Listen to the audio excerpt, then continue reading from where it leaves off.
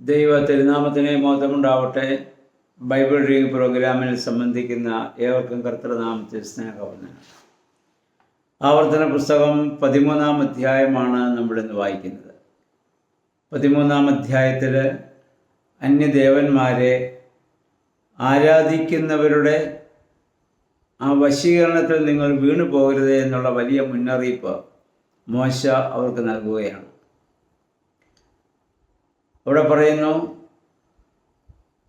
അന്യദേവന്മാരെ ആരാധിക്കുന്നവരുടെ പ്രവാചകന്മാരോ അതിലെ പ്രവർത്തകരോ നിങ്ങളുടെ അടുക്കൽ വന്നിട്ട് ഏതെങ്കിലും അടയാളങ്ങളോ അത്ഭുതങ്ങളോ കാണിക്കുകയോ അവർ പറഞ്ഞതുപോലെ പ്രവചിച്ചതുപോലെ എന്തെങ്കിലും സംഭവിച്ചാലോ നിങ്ങൾ ഒരിക്കലും അവരെ വിശ്വസിക്കുകയോ അവരുടെ പിന്നാലെ പോവുകയോ ചെയ്യരുത്. കാരണം പൈശാചികമായ ശക്തികൾക്ക് ചില വീര്യപ്രവൃത്തികൾ ചെയ്യാൻ സാധിക്കും. മോശ ഫറവോൻ്റെ സന്നിധിയിൽ ചെയ്ത പല വീര്യപ്രവൃത്തികളും ഫറവോൻ്റെ സന്നിധിയിലെ മന്ത്രവാദികളും ചെയ്തതായി ഇതിനു മുമ്പ് നമ്മൾ വായിച്ചതാണ്. 10 ബാധയിൽ പലതും അവർക്കും ചെയ്യാൻ സാധിച്ചു. എന്തുകൊണ്ടാണ് അങ്ങനെ സാധിക്കുന്നത് എന്നതിന് മോശ കൊടുക്കുന്ന ഉത്തരം നമുക്കിവിടെ കാണാം. നിന്റെ ദൈവമായ കർത്താവിനെ നീ സ്നേഹിക്കുമോ ഇല്ലയോ എന്ന് ദൈവം പരീക്ഷിക്കുകയാണ്. ദൈവമായ കർത്താവിനെ പൂർണ്ണാത്മാവോടും പൂർണ്ണ മനസ്സോടും പൂർണ്ണശക്തിയോടും നീ സ്നേഹിക്കുന്നുവെങ്കിൽ ആ ദൈവത്തെ വിട്ട് മറ്റേത് വീര്യപ്രവൃത്തികൾ ആരെവിടെ ചെയ്താലും അതിൻ്റെ പിന്നാലെ ഒരിക്കലും നിനക്ക് പോകാൻ സാധിക്കുകയില്ല. നീ യഥാർത്ഥമായി ദൈവത്തെ സ്നേഹിക്കുമോ ഇല്ലയോ എന്നറിയുവാൻ ദൈവം നൽകുന്ന ഒരു പരീക്ഷണമായി നിങ്ങളതിനെ കാണണം. അതുകൊണ്ട് അന്യദേവന്മാരുടെ വിശ്വാസപരമായ കാര്യങ്ങൾ ഒരു വിട്ടുവീഴ്ചയ്ക്കും നിങ്ങൾ തയ്യാറാവരുത് എന്നുള്ള വലിയ മുന്നറിയിപ്പ് മോശ ഇവിടെ നൽകുകയാണ്. പുതിയ നിയമത്തിൽ മത്തായിയുടെ സുവിശേഷം 12-ാം അധ്യായം 38 മുതലുള്ള വാക്യങ്ങൾ നമ്മൾ വായിക്കുമ്പോൾ കർത്താവ് ധാരാളം വീര്യപ്രവർത്തികളെ ചെയ്യുന്നത് കണ്ടപ്പോൾ ശാസ്ത്രി പരീശന്മാർ വന്ന് യേശുവിനോടൊരു ചോദ്യം ചോദിക്കുന്നുണ്ട്. ഞങ്ങൾ വിശ്വസിക്കേണ്ട നിനക്കൊരു അടയാളം ചെയ്ത് കാണിക്കാമോ? ശാസ്ത്രിമാരും പരീശന്മാരും യഹൂദന്മാരാണല്ലോ. ജാതികളുടെ ഇടയിൽ കർത്താവ് അനേക വീര്യപ്രവർത്തികളെ ചെയ്തു. അതുകൊണ്ടാണ് അവർ ചോദിച്ചത്, ഞങ്ങൾക്ക് വിശ്വസിക്കാൻ അടയാളം കാണിച്ചു തരാമോ? കർത്താവ് അവരോട് പറയുന്ന മറുപടി, ദോഷവും വ്യഭിചാരവുമുള്ള തലമുറ അടയാളം അഥവാ അത്ഭുതം അന്വേഷിക്കുന്നു. യോനാ പ്രവാചകൻ്റെ അടയാളമല്ലാതെ മറ്റൊരു അടയാളം നിങ്ങൾക്ക് ലഭിക്കുകയില്ല. യോനാ 3 രാവും 3 പകലും കടലാനയുടെ വയറ്റിലായിരുന്നത് പോലെ നിങ്ങൾ 3 ദിവസം, മനുഷ്യപുത്രൻ 3 ദിവസം ഭൂമിക്കുള്ളിലിരിക്കും.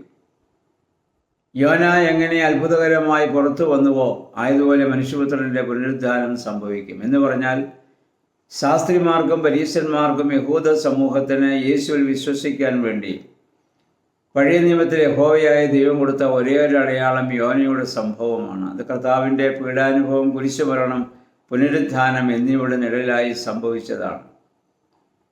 അപ്പോൾ പുതിയ നിയമത്തിൽ നമുക്ക് യേശുവിൽ വിശ്വസിക്കുവാനുള്ള ഏക അടയാളം, വിശ്വാസികൾക്ക് ഏക അടയാളം കർത്താവിൻ്റെ ക്രൂശാണ്. അതുകൊണ്ടാണ് പരിശുദ്ധ സഭ പാടുന്നത്, ശുഭചിഹ്നം തൻ ശ്രീവ, വിജയക്കൊടി തൻ ശ്രീവ, നമ്മെ രക്ഷിച്ചിടും ശ്രീവായിൽ നമ്മൾ പോഴുന്നു, അത് അഭിമാനം നമ്മൾ കൊള്ളുന്നു. അതിനപ്പുറം ഒരു അടയാളമോ അത്ഭുതമോ നമ്മൾ അന്വേഷിച്ചാൽ ദോഷവും വ്യഭിചാരവുമുള്ള തലമുറയാണെന്ന് കർത്താവ് പറയുന്നു. കർത്താവ് അത്ഭുതങ്ങളും അടയാളങ്ങളും ഒക്കെ ചെയ്തത് ജാതികൾ കണ്ട് വിശ്വസിക്കുന്നതിന് വേണ്ടിയിട്ടാണ്. ജാതികൾക്ക് സൂപ്പർ നാച്ചുറലായിട്ട് എന്തെങ്കിലും സംഭവിച്ചെങ്കിൽ മാത്രമേ അവരങ്ങോട്ട് ആകൃഷ്ടരാകത്തുള്ളൂ, വിശ്വസിക്കത്തുള്ളൂ. ഞാനും നിങ്ങളും ദൈവത്തിൽ വിശ്വസിക്കുന്നത് ദൈവത്തിൽ നിന്ന് ജനിച്ചതിനാലാണ്. അബ്ബാ പിതാവേ എന്ന് വിളിക്കുവാനുള്ള പുത്രത്വത്തിൻ്റെ ആത്മാവിനെ മാമോദീസായിലൂടെ സ്ഥാനത്തിലൂടെ നമ്മൾ ലഭിച്ചവരാണ്. നമ്മളൊരു അത്ഭുതമോ അടയാളമോ കണ്ടിട്ടല്ല ദൈവത്തിൽ വിശ്വസിക്കേണ്ടത്. അപ്പോൾ അതുകൊണ്ട് ഇവരുടെ മോശ ഇസ്രായേൽ ജനത്തോടും പറയുന്നത് അതുതന്നെയാണ്. അത്ഭുതങ്ങളോ അടയാളങ്ങളോ അന്യദേവന്മാരുടെ നാമത്തിൽ സംഭവിച്ചാൽ നിങ്ങളതിനെ പിൻചെല്ലുവാൻ പാടില്ല എന്നുള്ളതാണ്. അതെന്ന് പറഞ്ഞാൽ വിശ്വാസപരമായ കാര്യങ്ങളിൽ കോംപ്രമൈസും ഇത് പാടില്ല എന്നുള്ളതാണ്. ഇതിന് പിന്നെ അതിൻ്റെ 6 മുതലുള്ള വാക്യം നമ്മൾ വായിക്കുന്നു. നിൻ്റെ മകനോ മകളോ ഭാര്യയോ ഭർത്താവോ പിതാവോ മാതാവോ ആരുമായിക്കൊള്ളട്ടെ, ഏറ്റവും അടുത്ത ബന്ധുജനങ്ങൾ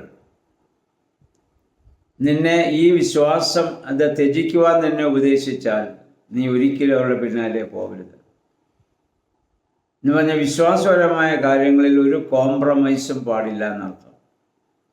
നമുക്കറിയാം, പല കുടുംബങ്ങളും സത്യവിശ്വാസം ത്യജിച്ചു പോകുന്നത് കൂടെ വസിക്കുന്നവരുടെ പ്രേരണയാലാണെന്ന് നമുക്കറിയാം. ഇവിടെ യഹോവയായ ദൈവം മോശെ മുഖാന്തരം പറഞ്ഞു, ഒരു കാരണവശാലും ചെയ്യാം. അങ്ങനെയുള്ളവരെ ഇവിടെ പറയുന്നത് കൊന്നുകളയുക എന്ന് പറഞ്ഞാൽ പുതിയ നിയമത്തിൽ വരുമ്പോൾ അവരുമായിട്ടുള്ള സഹവാസം വേണ്ടെന്ന് വയ്ക്കുക, അവരെ ഒഴിവാക്കുക എന്നാണ് അർത്ഥം. ഇല്ലെങ്കിൽ നിന്നെ അവരിങ്ങനെ പ്രേരിപ്പിച്ചുകൊണ്ടിരിക്കും. ആ ദുരുപദേശത്തിൽ നീ വീണ് പോകരുത്.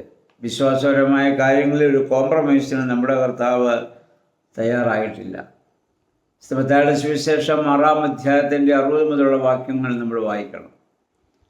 കർത്താവ് പറഞ്ഞു, എൻ്റെ ശരീരം സാക്ഷാൽ ഭക്ഷണവും എൻ്റെ രക്തം സാക്ഷാൽ പാനീയവുമാണ്. ഞാൻ സ്വർഗ്ഗത്തിൽ നിറങ്ങുന്ന ജീവൻ്റെ അപ്പമാണ്.